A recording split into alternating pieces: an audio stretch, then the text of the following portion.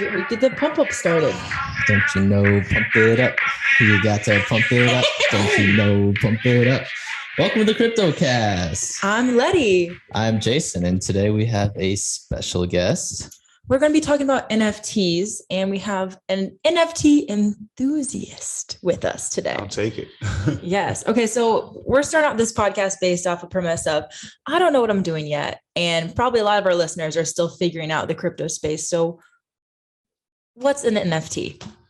An NFT, in the simplest form I can possibly put it, is a digital asset that can include different perks, utilities, unlockables, or access to communities through right now what it is, a picture is what everyone sees it as. So a lot of these people see pictures going for millions of dollars. These pictures also unlock access to exclusive communities, Bored Apes, for instance. It's like actual $1 million like yacht clubs. They go and you get free access, free booze, and you have all these different people. So an NFT really is an access card in a sense for community and unlockables. So this makes a lot more sense, because from the outside world, it's like, why are people paying all this money for this random art that is just something that someone could easily do? But it sounds like there's like a whole, it almost sounds like why am I blanking? Like a network of people. It's like an ecosystem almost, just like in crypto. NFTs got like their whole different set of ecosystem. Yeah. It sounds like an exclusive club, almost like a Soho house, but for art. 100%. And now, not only that, it's the NFTs also have a coding. And the coding that's involved with NFTs show transparency in every transaction that moves. So from the creation to every single time it was traded, and to show if it's actually authentic. Every coding is one of one, can't be duplicated. You can take a screenshot, but there's a whole nother coding saying, here's a screenshot of the original, not the actual original. And so not only can you have this art that unlocks, but actual artists, $1 million artists, Banksy or other people like that, are selling art that usually would go physically for $1 million, for like $100,000. And that art is getting sold as just art, but it's authenticated, wow, English, through the coding. So it's an official one, no matter what. Yeah, I've seen people that are like, you can either choose to keep your NFT or trade it in for an actual piece of art. 100%. Exactly. And that's the easiest way of, instead of me saying, hey, I have an art piece and I'm going to send it to you and you have to hold it until you can use it. Imagine you have all these art pieces in a safe vault with the artist, but you have access, you own it. And then once you're like, oh, I'm ready to cash this in, now you send it and get the actual art piece when it's ready to be used. And it's not just sitting there in your garage or some expensive ass holding area because you have this big piece of art. You can really use it. Yeah, that's one of the coolest things, I think, is because, people have been like paying crazy amounts of money for years now for art, right? I mean, we can talk about the Art Basel banana. Oh my God.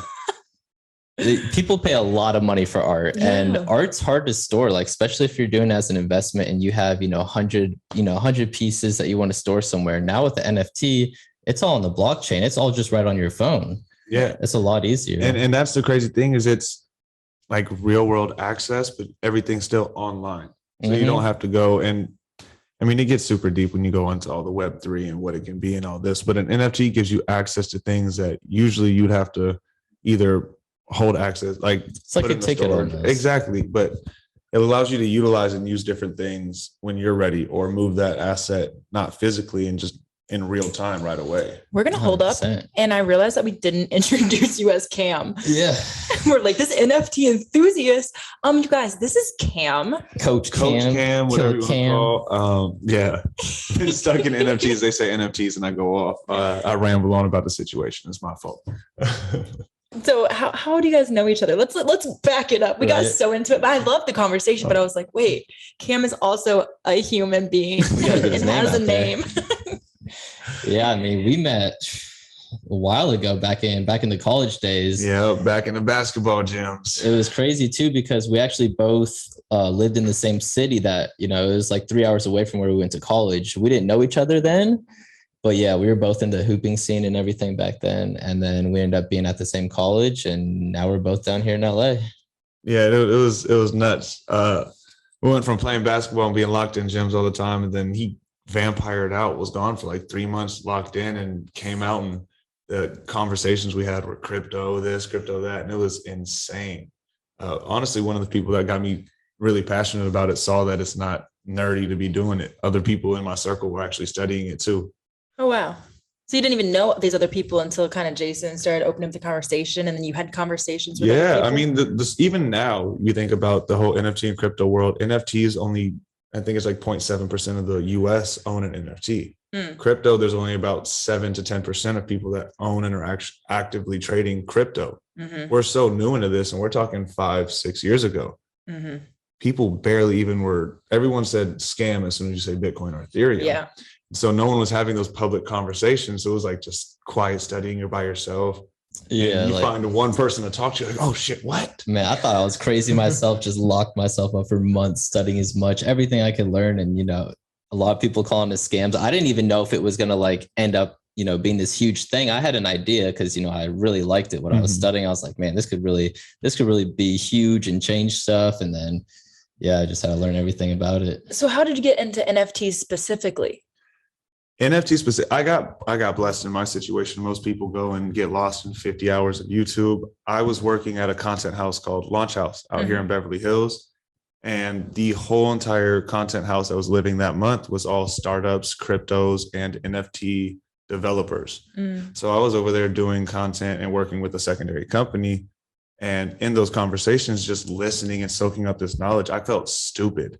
And it was like, I loved it because I was learning something every time they talked. And so finally I started talking to them, asking questions, and directly from a lot of big time sources in the NFT world, learning what it does. Them telling me about utility before public knowledge is pushing all this utility word around. They're just doing the hype about it. And so I got to understand what NFTs can actually do in the future from the people trying to build it. Instead of just getting lost in random research. So I really like how you said I felt stupid, because I feel like so many people feel stupid when they first come into the crypto space or learn about NFTs. So like hearing you be vulnerable and be like, I didn't know anything either. Like now I do, but at the beginning I felt dumb and lost and confused. Oh, I mean, even now, I mean, I'm sure Jason feels the same way. We still don't know anything. Yeah. Oh, yeah. I mean, again, we're the first 1% of NFTs, the first 10% of crypto people in the US. Like, we're scratching the surface. People that have been studying this for years are still learning every single day. Yeah. It's crazy how quick this industry and this ecosystem and this whole entire market works. Yeah, it's insane. It's like I could study 10 hours a day, for the past couple of years, and every day I'm figuring out something new. Every day I'm figuring out, oh, I was wrong about this. Why was I wrong? Looking back, checking everything again, and we're still really early. Are NFTs the same with crypto, where it's kind of very volatile? Like you don't know if it's going to do well or if it's going to flunk. Oh, absolutely. And that's the big danger in NFTs is it's worked off of crypto. So right now, the main Ethereum platform is Ethereum, or main NFT platform is Ethereum. So while Ethereum prices are going up and down, so are the values of your NFTs. Your NFTs aren't based in dollars. You're not paying $300 for this. You're paying 0.05 Ethereum or 0.1 Ethereum. That's consistent on that floor, whatever that price is. So if Ethereum's $3,000, you're paying 0.01 of that. If Ethereum's $2,000, you're paying 0.01 of that. And so the volatility of the crypto market also goes hand in hand with the NFTs. But insider scoop, to avoid all of that, if the crypto market's going down, you buy the NFT while it's low. So when it goes back up, your asset still holds those coin values and you're not fluctuating through. Technically, you're just getting a discount.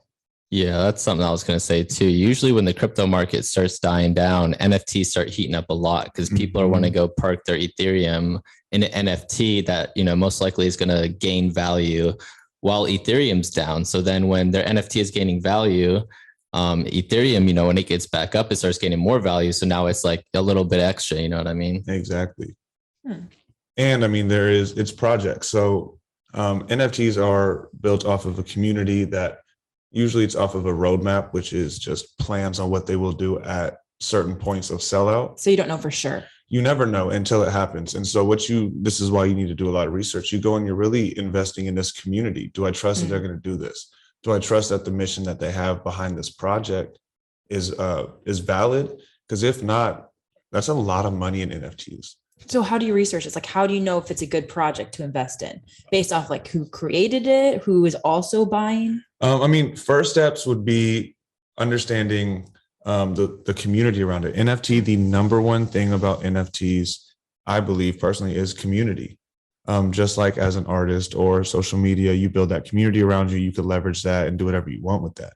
In NFT, you need to see how active this community is. So I'll go through their Twitter. I'll look at how many followers do they have? How much engagement is each post actually getting? Are they getting comments? Are people excited about this project? If so, now I'm comparing how many followers to how many pieces in the project. If there's 2,500 pieces in a project, you have 25,000 followers and you're getting 5,000 retweets and likes, there's a good possibility you're going to sell out and people are going to want to keep buying. Then you go into the Discord, and now I'm looking at that whole community. So Discord is like a WhatsApp or a Telegram, or like it's a whole chat community. Okay. But it separates little communities. So it kind of gives people a large community with sub communities to conversate in. It's where a lot of the information, like the alpha or high grade, the high information, the new information before the public gets it. Scoop. Inside scoop, exactly. So alpha is inside scoop. You hear that all the time. Like, what the hell is alpha information? Literally inside scoop information that could be valuable or hold a lot of weight that isn't public, things like that. So the Discord, you go in, how many members are in there? A lot of times it shows active members. So if there's a good percentage, which right now I'm looking for 20 to 30% active a couple of times throughout the day, that's solid. Because that means people are interested. Exactly. And yeah, another thing is too, is like somebody can make a Discord and fill it with a bunch of bots, right? So they can have 15,000 like bots come in and it looks like this is pop in Discord, but if they're not all active, like if they have 15,000 in Discord, only 200 people online or 100 people online, to me, that always looks a little fishy. So this is almost like if someone buys their followers on Instagram. Exactly. Oh, yeah. And that's when we turn it back to what people are over here like, oh, it's cool because of the hype. Yeah, you want to be like, oh, I like the artwork. I like that. If you see it 5-10 times on Instagram, yeah, there's probably hype around it. They probably have a good marketing budget. But go look at what's actually going on. Is their community strong? Is it fake? Does it look like they bought their followers? Yeah. Does it look like here's a whole web page that looks good, but there's no actual value? Just like you go to some of these Instagram pages, there's 1 million followers and you have 25 posts that are random, blurry, to have no one push. comment, 2 comments. Yeah, exactly. And so you're looking at that community. Can this community sell just like a brand, like an artist? If an artist has a community of 5,000 people and I need to sell out 2,500 stadium tickets, I think he can probably do that because this large group, you can't pull that small amount. You're looking the same aspect in NFTs. Do I think that people are interested? And that's based off community and how active that community is. And you've also got to understand the NFT projects are based very strongly off community because of that price. 1,000 people, 2,000 people, 5,000 people all own a similar asset.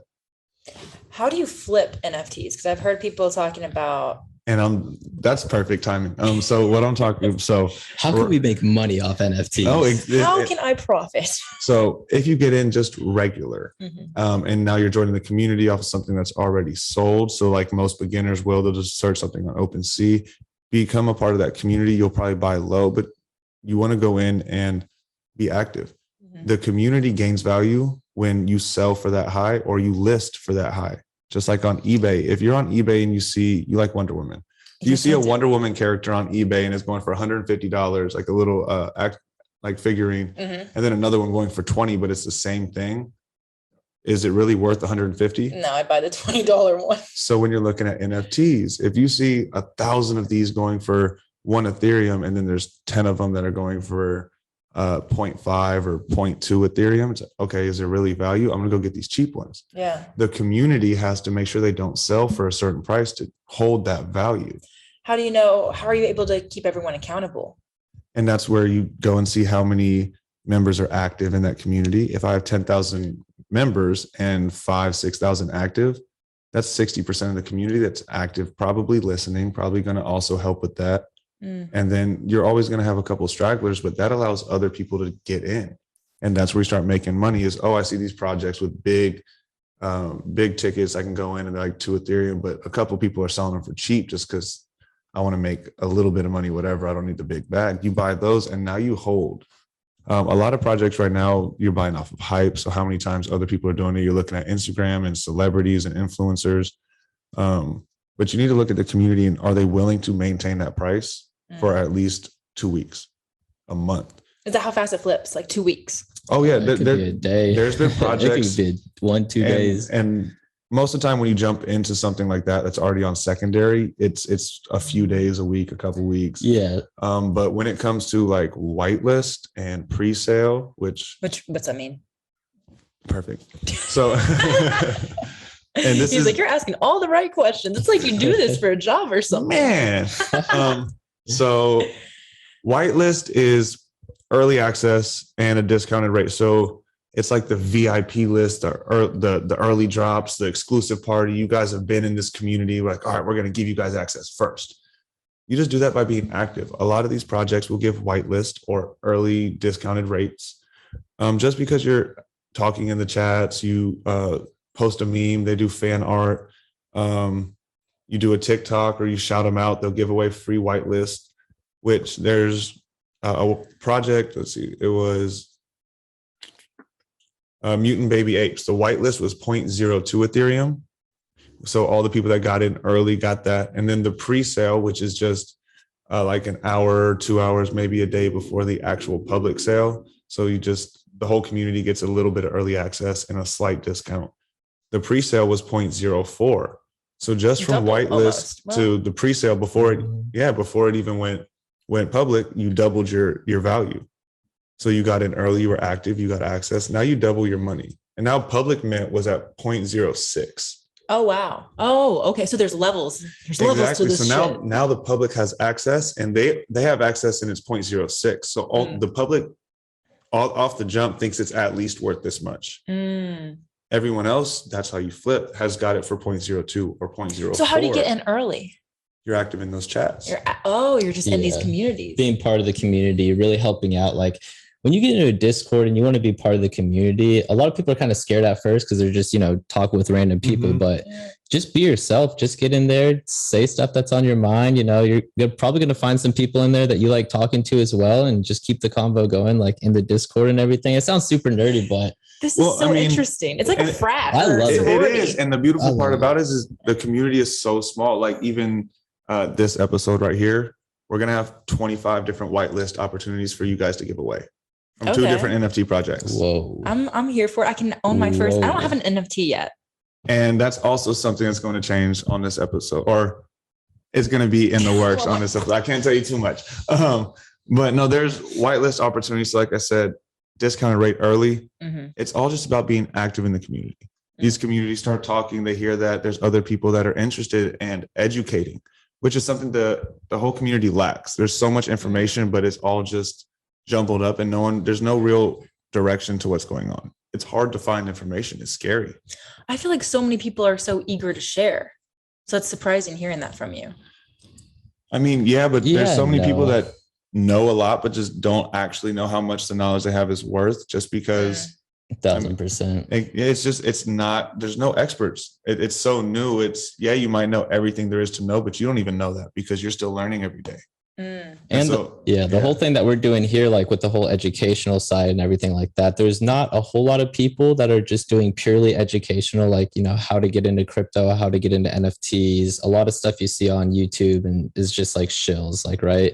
People are like, how you're going to 100x your money on this coin this month. And a bunch of boom. Back and we're better. Had a little outage our power just completely shut out. It said we were talking about some classified information. They couldn't let us do that anymore. They didn't want us. We were saying too much, I guess. They're like, this is too fire. We can't let them know all these secrets. Okay. Before they cut off, Jason had mentioned the word shill. Jason, do you want to let them know what that means? Yeah. So shill is pretty much like promoting your project, right? So it's marketing.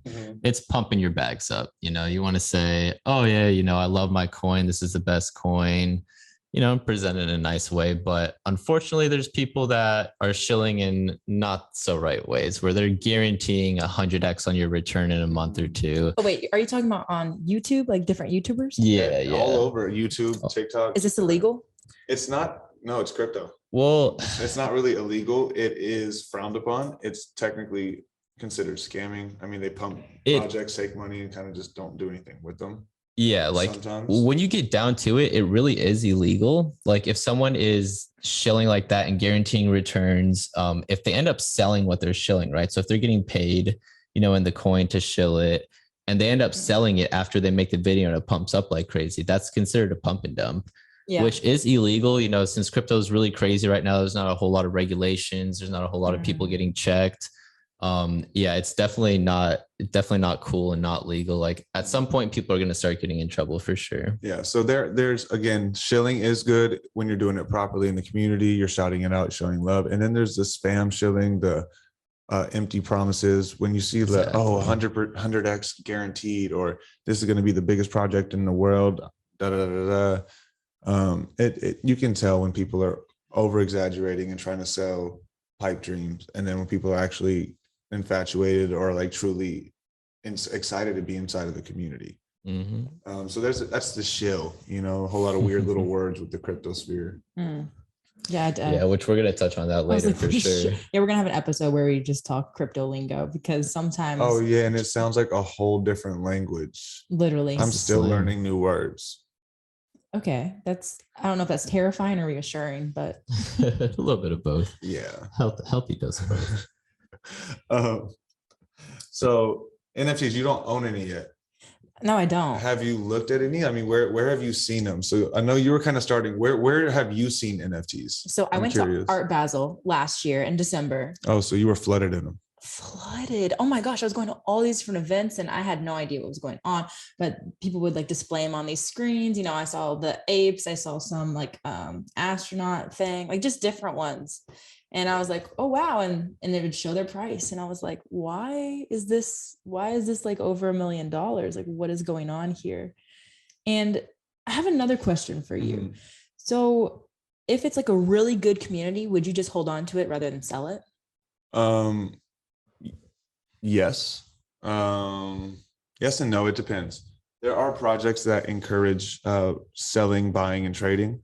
Then there are projects that encourage holding. So like right now with the Bored Apes, you are heavily encouraged to hold because they have passive income. You get paid out in banana tokens. These bananas are worth like $2 to $5 each. And these apes are making anywhere from 25 to 1,000 bananas a day. So it's like there's utility on top of these NFTs. Exactly. And so when it comes to the communities being big, and now you have givebacks, and this is where the second biggest piece, which it depends on how you want to look at it, this could be the first, but you have community and then utility. What do they really have to offer? What are they giving? Like again, Bored Apes, I told you they have access. They have $1 billion yacht clubs and parties that any holder comes and they show your Bored Ape and the ownership, and now you have a free ticket in. Steph Curry owns one. Snoop Dogg owns one. Jimmy Kimmel owns one. And now all of them are at these parties, a lot of these parties, and you have the chance to be involved in all these huge communities and superstars. Like there was someone probably like maybe a month and a half ago, and he paid $223,000 to buy a Bored Ape just so he can go to the events and try to get access to Steph Curry after Steph Curry bought his. That's crazy, man. And that's another great thing too, like because you're connecting with people that are pretty high up in all their different spaces. So whatever you're working on yourself, you get an NFT to exclusive events and you get to go meet up with these people and talk and you can talk business and everything like that. I just have so many ideas going in my head. Okay, so imagine there's a Marvel NFT and it's the Wonder Woman character, and there's 100 of them. It's DC. I'm sorry, my sister would have killed me too. The disrespect. Rewind and delete. Snap. DC. Look, I'm talking cryptos. I'm not talking movies. My bad. My brain is all rewired. I feel attacked. I owe her an NFT for that one. God damn it. So imagine DC releases 100 characters in their mark, like the Wonder Woman, sell them for shit, $10.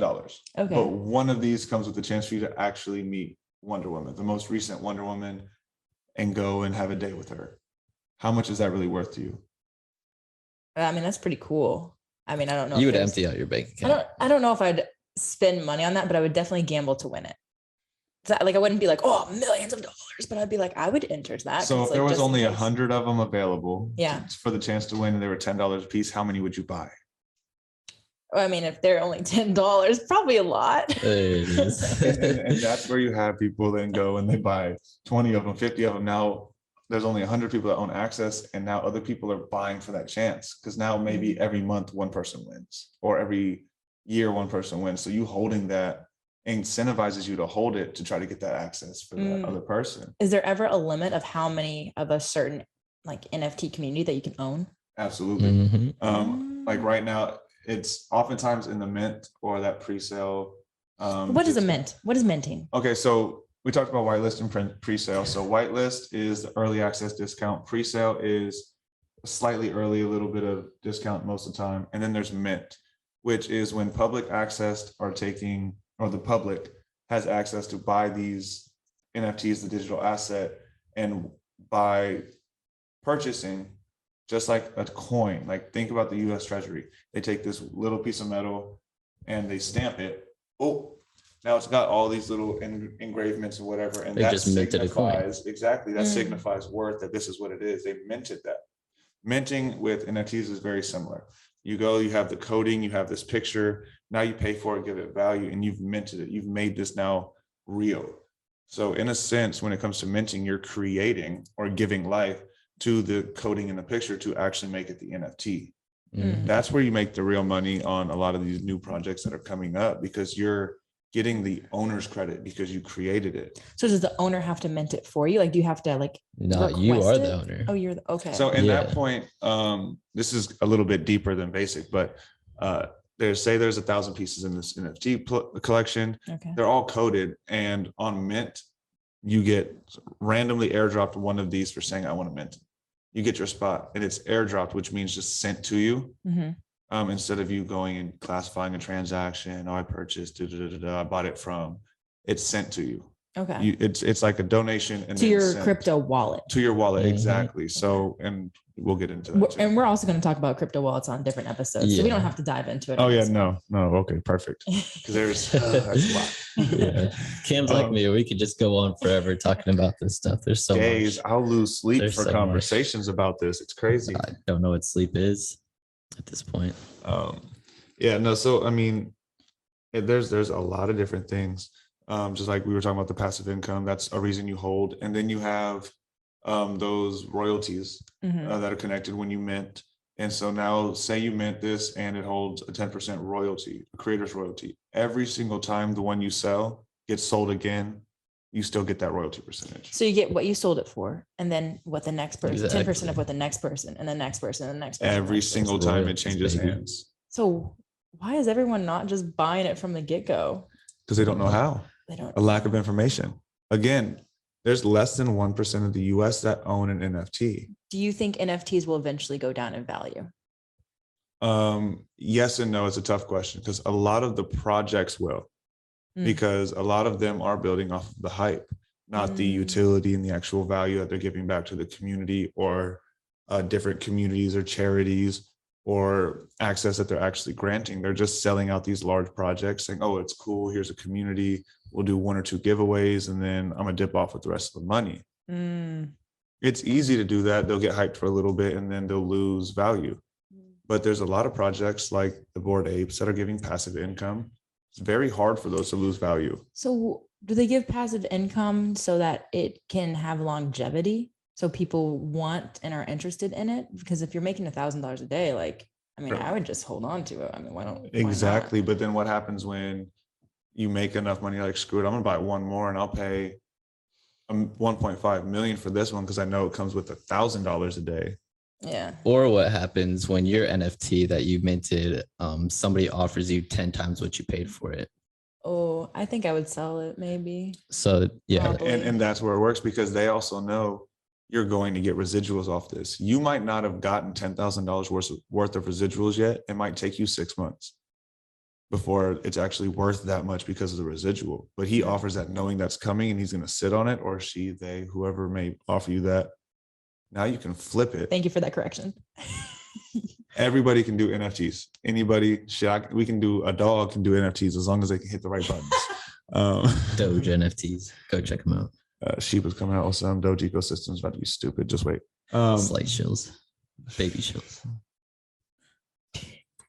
What's But a yeah. shill? Do you remember what a shill is? A shill, it's We're gonna educate today. yes, it was where you mark up the price, kind of like where someone talks about something. More Promote it. promoting, yeah. Yeah, promote something like a YouTuber talks about it. Mhm. Mm-hmm. So does part of the reason why some of these go up because a famous person buys it? Like you said, you obviously gave the Steph Curry example. Mhm. So is that in some way kind of shilling or not really? I mean, they can't affect 100%. it. 100%. And again, there's positive and there's negative shows, but that's one of those to where if you see one of your favorite celebrities is a part of a brand, they're wearing this brand, you might go buy that brand. Or you might be more likely to buy this brand. Yeah. Because now their community sees it. An influencer is what they call us. Exactly. They're influencing that whole market. So now if I have, like right now, Snoop Dogg and his son are some of the biggest, it's like the biggest NFT duo. Projects right now are going crazy to try to get them involved. The project I'm working with, Hood Apes, we're actually going to the Super Bowl party on Sunday to Slight flex. Shh, don't tell nobody. This will be after the Super Bowl party, so it will already be public. Y'all get to know. But we're going and actually airdropping custom Hood Apes from our collection to Snoop Dogg and his son. And that is just for them. They wanted to be a part of the project. We're doing a lot for the culture and they saw that. But these are events that we get invited to because the community is so small. Snoop Dogg's a big member, but there's, again, 1% of the US involved in NFTs. And that's who own NFTs. I feel special right now. You're just talking about it, you're already part of 1%. Now, once you own one, you're part of like 0.7% of the US. You go crazy and create a project. Oh my gosh. Maybe even less, man. It's crazy how many people still aren't on the wave yet. The amount, like the percentage for people that have created projects, NFT projects, there's like 3 zeros before the number. We're very early. We're scratching the surface. But just like with crypto and everything, there's always waves, right? There's always different things that happen. So it's a journey. Like it's a journey that we're on. Yeah, just and I mean, ride it out. Wave wise, 100% I agree. And right now we're just kind of finishing up the hype wave, I believe. Yeah, we just hit all this crazy information, all these big stories, these big booms. CryptoPunks, which is a 10-year-old project. People don't know they've been out for 10 years. Wait, they've been out for 10 years? CryptoPunks, the NFT project, has been a thing for 10 years. So when was OpenSea, which is the platform that NFTs are sold on, when did that first come out? It has been out for the last, I want to say 3 years, right around 3, so but it's only been publicly like accessible and like openly like marketed for like the last 2.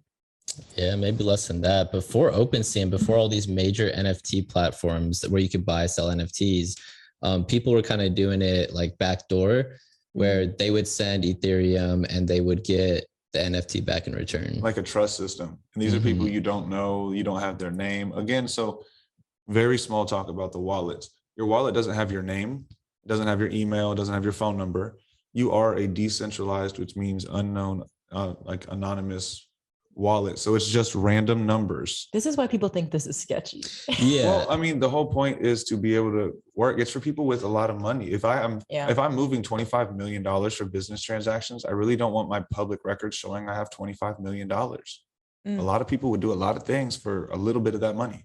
Yeah. And there was third parties too that would help the process go smoother. So it wasn't just like, hey, I'm gonna give you this, $4,000 NFT, which is now worth a couple million. I'm gonna give you this $4,000 NFT, for a couple of Ethereums. There was a third party that kind of helped it make it like smoother. Okay.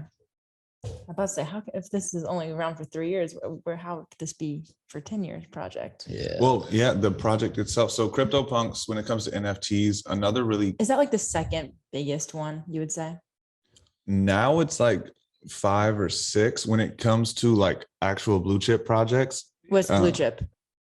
Just like top tier, like official, verified. It's like the Apple and Facebook of the stock market. Yeah, exactly. So like blue chip would be your Tesla, your Apple, your Facebook, your big stocks. Gotcha. People that have really been verified, gone through the ranks. Yeah. So like the big projects like the Bored Ape and the Crypto Kid or CryptoPunks are the 2 like big major projects everyone's modeling after because they've set up and been going so long. They built this crazy community. CryptoPunks was an accident. They were trying to build a Minecraft style game that you could earn crypto for playing 10 years ago. So they built all the characters, but couldn't actually code and put the utility on for the game to earn crypto and use the characters in the game yet.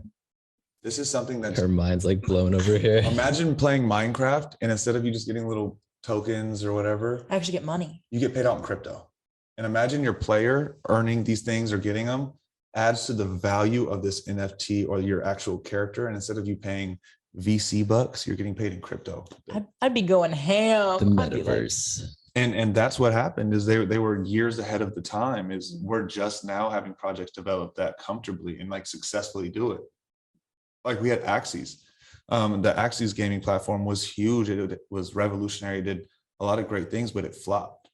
Is this another NFT or crypto one? This is a play to earn game. It was Axis Marketplace. It was little flew for NFTs. They sold characters for like 20 and you're supposed to be able to level them up.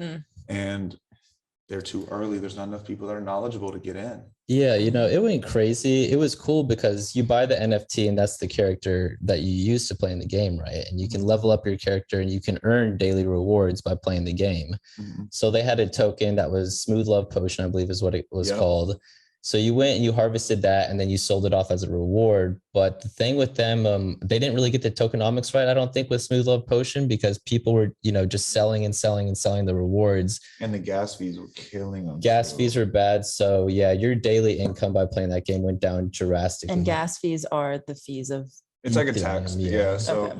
where you go to a store and they charge you a transact, like a tax. Yeah, exactly. Or we'll say restaurant. When a restaurant charges a automatic gratuity for the server doing their service, these projects are charging a gas fee, which is So they must be making a ton of money. Ethereum's making so much money. oh my gosh. And this is to make sure it goes through the third-party coders that just make sure they code and verify like 1,000 different IPs to make sure everything's gone and put through like anonymously. So you make one transaction and there's probably 100 different people that accepted a few different codes to make sure that everything was good before it went out. Welcome to Web3. Like, I mean, it sounds like a scam, but there's so many authenticating pieces of this, so many ways to keep it as pure and authentic as possible. But there's just so many ways to be anonymous, which makes anybody like people hide behind the web and say crazy things. Imagine what I can do when it comes to building a whole project on my computer. Oh yeah. I can sell 1,000 pictures for $20 a piece and make $20,000 in dip. Yeah. It's easy. It's happening every day. Exactly. And that's where the research comes in, looking at the actual community, the roadmap. I know I mentioned that, but that's pretty much the plans. You'll go on the websites and almost every NFT is going to have like their official website that shows, if not, then their very new program or project. And I would keep an eye on them if you saw them and they were hyped up, but I would wait till that website's out. 9 times out of 10, if they don't have a website, they are not ready to hold value. Okay. But the website should show a roadmap where it shows phase 1 at this % of sales, we're going to do this. At this % of sales, we're going to do this. This %, we're going to do this. So when I'm talking examples, again, I work with Hood Apes. So at 25%, we're going to unlock the game feature. And now you get to see the game that we're building, which we already have built and ready. So our game is developed and our characters are developed before launch, not after launch. So we can automatically get value. But 25%, the game gets released. You see snippets. 25% of what exactly? Of selling out the Minting out the roadmap. minting out the actual project. So we have 10,000 pieces. Exactly. So at 25%, you're looking at 2,500 pieces.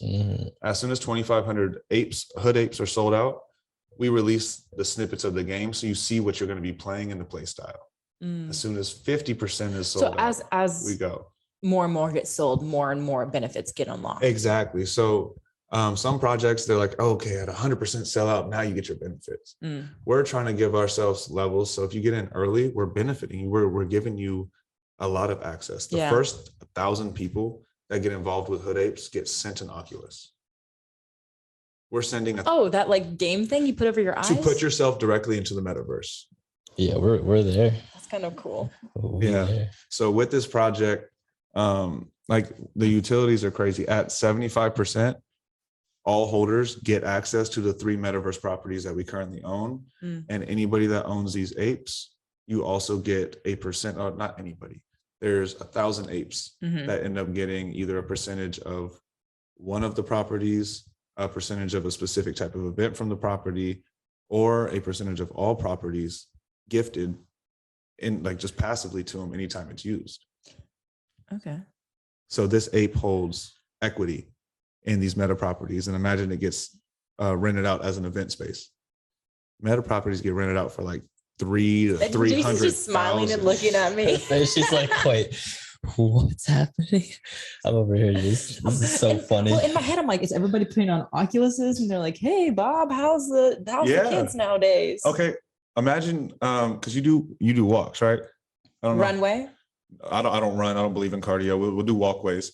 Are you talking about like fashion, yeah. runway? Yes, I walk runways. Okay, I don't like to run. That's scary. Well, at least you walk. You usually don't run on them. Okay, good. See, so you walk. Yeah. So imagine you have that, and instead of you only being able to be seen by whoever's in the room and who's watching, you can now have 10,000 people at their house with an Oculus on a computer screen, but like in the VR aspect. In the metaverse. Oh, that's actually kind of cool. Yeah. And now instead of them only being, oh, there's only 100 seats that can be around the front, I can have 1,000 people on the same seat in this front row because they want that experience. Yeah.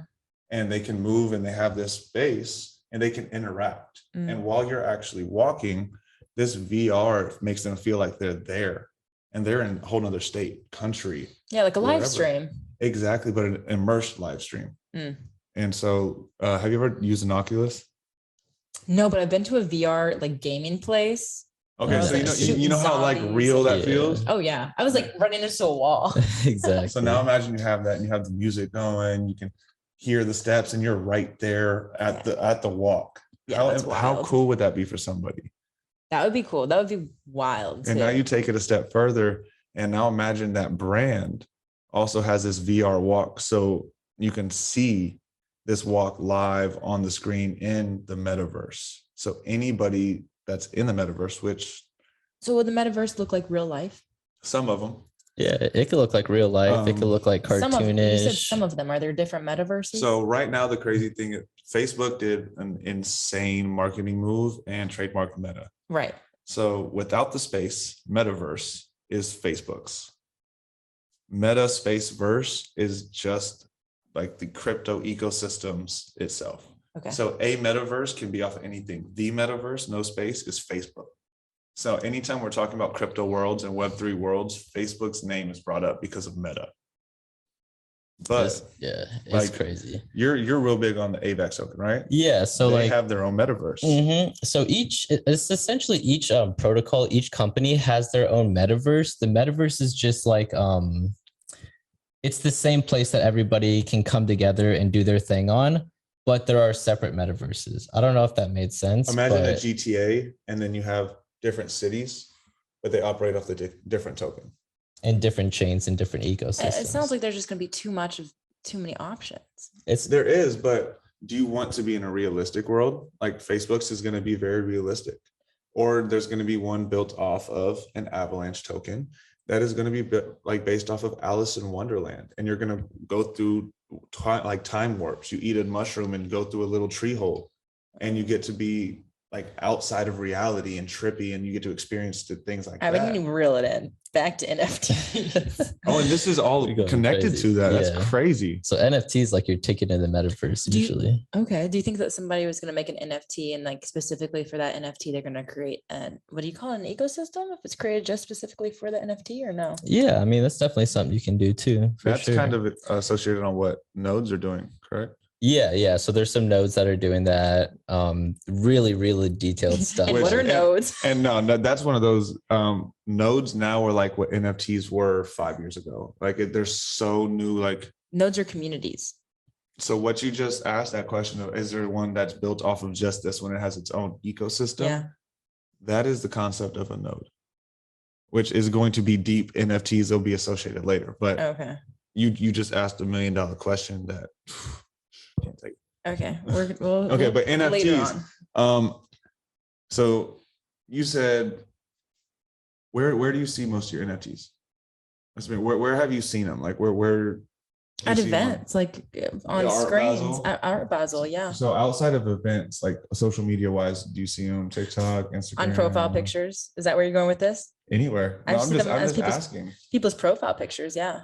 Okay, so that's kind of what sprung the interest was Art Basel, and then you kept seeing them on profile pictures. Well, I got invited to a crypto dodgeball game at Art Basel. So I was like, yo, a bunch of nerds and like a sporty thing, which Dodgeball? I played, professional volleyball. So I was like, anything competitive, I'm in there like swimwear. So I was like, this is awesome. And it was so much fun. It was like all these nerds just like playing dodgeball. I felt like I was in middle school again. Did you win? I did not win, but I did play very well. Did you hit somebody in the face? No, I didn't. Actually, I think I did. On accident though. See, she's a nice person. She's not going for the she's face. so nice. Okay, so you got to events, and then where did you research? What was the first place you looked for an NFT? Oh, Because this changes for everyone. I didn't even research. I think I was just like so overwhelmed. I just felt like I was like, whoa, this is almost too big for me. And now you see why people think it's a scam. It's scary. Yeah, it is. And Before you were even able to type in what is an NFT on Google, you've seen so much different things. You're like, what the hell is going on? I just felt so far behind. Like, especially going to these events, people talking about it. I felt like, especially being a woman, like I go to them and they're just like, oh, she's probably here for a sugar daddy.